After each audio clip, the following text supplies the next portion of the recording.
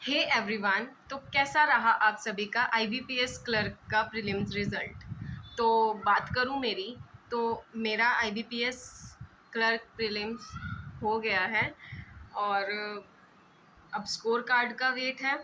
और जिन जिनका हो गया है उन सबको वेरी वेरी कॉन्ग्रेचुलेशंस। और देखो, जिनका नहीं हुआ है, अपनी होप जो है ना उसको मत खोने देना, क्योंकि पॉजिटिव रहना है आपको थ्रू आउट योर जर्नी। क्योंकि सिर्फ ये जो आप गिर के दोबारा दोबारा उठोगे ना, यही चीज़ आपको एक दिन सारे एग्ज़ाम क्लियर होंगे। देखना, मैं कह रही हूँ ना, पिछले साल मेरा कोई भी प्रीलिम्स क्लियर नहीं हुआ था, सिर्फ एक आईबीपीएस पीओ प्रीलिम्स क्लियर हुआ था। और उस टाइम मेरी मेंस की बिल्कुल भी तैयारी नहीं थी। लेकिन इस साल देखो, मेरा ये सेकंड प्रीलिम्स क्लियर हुआ है। और अगर मैं पिछले साल जब मेरे इतने प्रीलिम्स क्लियर नहीं हुए थे, तो मैंने कभी भी ये उम्मीद नहीं छोड़ी, या कभी मैंने खुद को लेके नेगेटिव नहीं सोचा कि ये तो हो ही नहीं रहा है या कुछ भी। मैंने तब भी, आप चाहे मेरी प्रीवियस वीडियोस देख लो जाके, जिसमें मेरा मेरा रिजल्ट आया है, जिसमें मैं आउट हुई हूँ प्रीलिम्स में, उसमें मैंने यही कहा है कि होगा, मेरा भी होगा।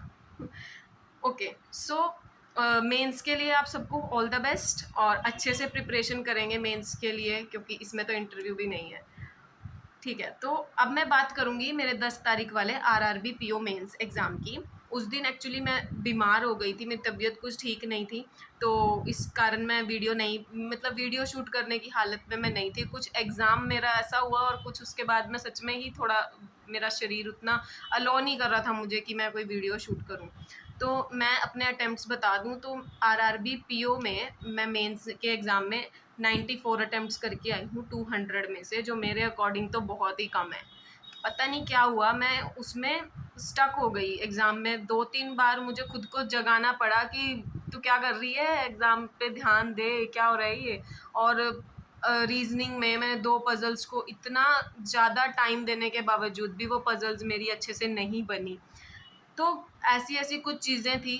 तो मैं, सिस्टम भी काफ़ी हैंग कर रहा था उनका, और जैसे माउस को भी 3-3 बार दबाकर आंसर जो है वो सेव हो रहा था। लेकिन मैं इन सब चीज़ों को कभी भी अहमियत नहीं देती, जो कि ये हो रहा था, वो हो रहा था, इन सब चीज़ों को मैं कभी अहमियत नहीं देती, और ना ही अब दूंगी। ठीक है, तो जो हो गया सो हो गया। अब मुझे उसके मेंस से कोई ख़ास उम्मीद तो है भी नहीं, लेकिन चलो, अगर हो गया उसका मेंस तो भी वेल एंड गुड, और अगर नहीं हुआ तो मुझे एक और आशा की किरण मिल गई है। तो अब उसकी तरफ थोड़ा सा अपना करते हैं, उसकी तरफ मेहनत। और आप सभी को भी ऑल द बेस्ट, और मिलते हैं नेक्स्ट वीडियो में। और चैनल को लाइक शेयर सब्सक्राइब ज़रूर कर लें। Thank you everyone.